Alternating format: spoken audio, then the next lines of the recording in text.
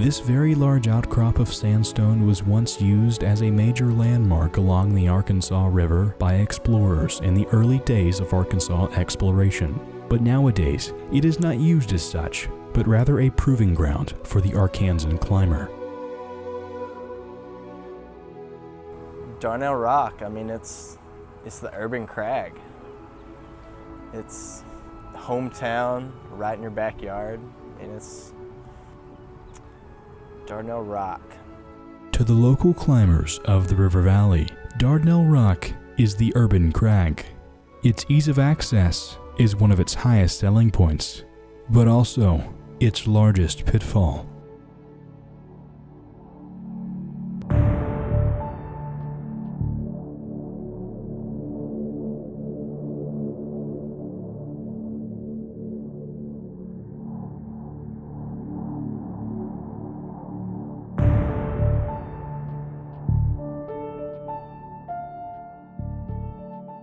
There's just so much trash and graffiti, and it really doesn't feel like your normal crag. People kind of give you some strange looks. They come by, see you climbing.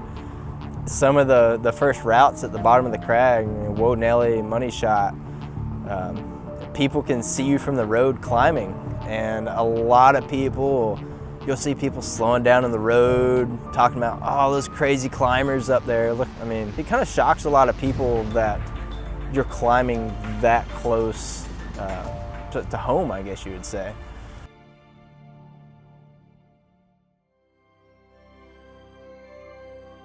In spite of the trash and graffiti, climbers week by week still make their pilgrimage to D-Rock to test themselves against some of the hardest climbs in the state.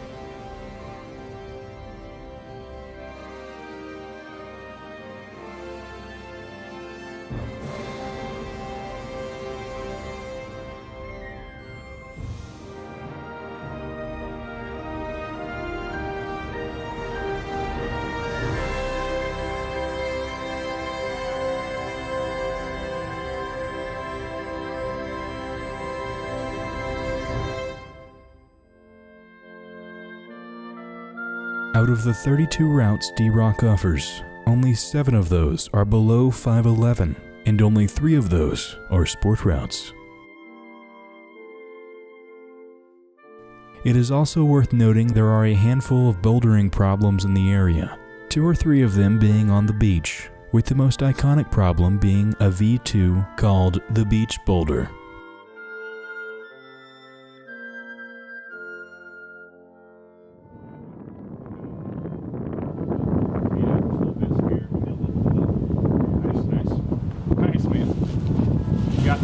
You got this. Come on, stay on. Come on, Spencer. Bring those hands up. Yes. Good job, Spencer. Oh, Nicely done, man. holy cow. Did you even get any of that? No, I didn't do it the right way. He did it the right way. About halfway up D-Rock, you can find a V4 named Pistol Arrow and a V0 called Finger Blaster.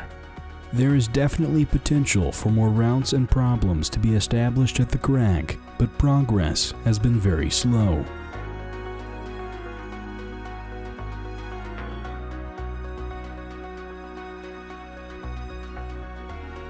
Crags do not establish themselves, so it begs the question, who are the climbers that bolted Dardanelle Rock?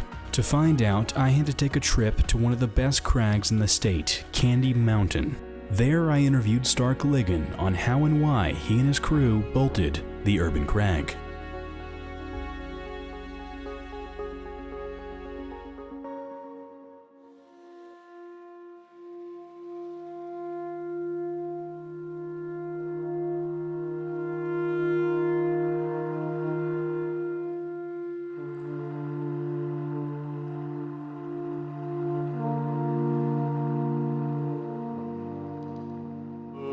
I guess 2006-07, living in Little Rock, working different jobs. Jason Cook, who's a longtime Russellville native, like turned me on to the idea of going and checking out D-Rock, and he showed me a route he had started bolting, and it looked really awesome, and the wall was really big and clean, and so we yeah, but like the lower half of the whole area was covered with lots of thick vines, poison ivy, like 60 foot tall, like as thick as your wrist and stuff. So we basically like tore all that stuff out, and I spent a couple afternoons cleaning out a bunch of vegetation and debris and like old tires and trash. And we even had the Climbers Coalition come out and do a cleanup day there to like remove just the years of junk and broken bottles and cigarette butts and all that stuff that was buried down in there. And did some like trail maintenance work, kind of built some of these platforms on the way up. But spent like, yeah, like, I don't know, maybe a year or something every other day or once a week, twice a week, driving from Little Rock to Russellville. You know, bolted, I don't know, a dozen routes there or something. And yeah, had a really good time. Kind of developed this crag. It's probably the best urban climbing, you know, near Little Rock in central Arkansas. So I thought that was a really cool place to go climbing for a couple of years. So yeah, it was a lot of fun. I was glad to be part of that. So I haven't climbed there in a couple of years, but I think it's all still in really good shape, and I'm sure people are still enjoying it to this day. So, you know.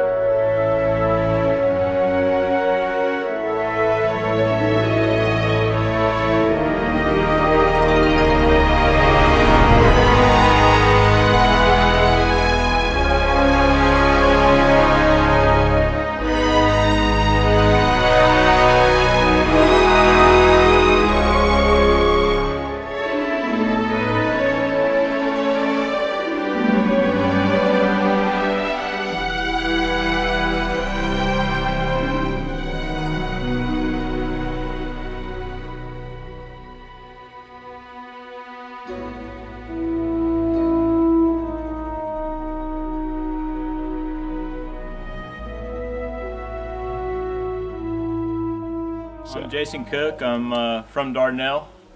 I live in up on the Piney right now. I don't know, what do you want to know about Dardanelle Rock? Well, Stark Ligon called me one time and wanted me to meet him out there. There was some routes he thought they might go, and we went out there and we both those routes up in like 30 minutes. And we didn't have a whole lot of time to do it because we had to climb on Thursdays and Sundays because they were climbing days. And that's pretty much it. You know, did a lot of bouldering and stuff back then. And yeah. What's your favorite pastime, Jason? Well, back then it was rock climbing. I mean, if it was Thursday or Sunday, I was rock climbing. But now I like to float.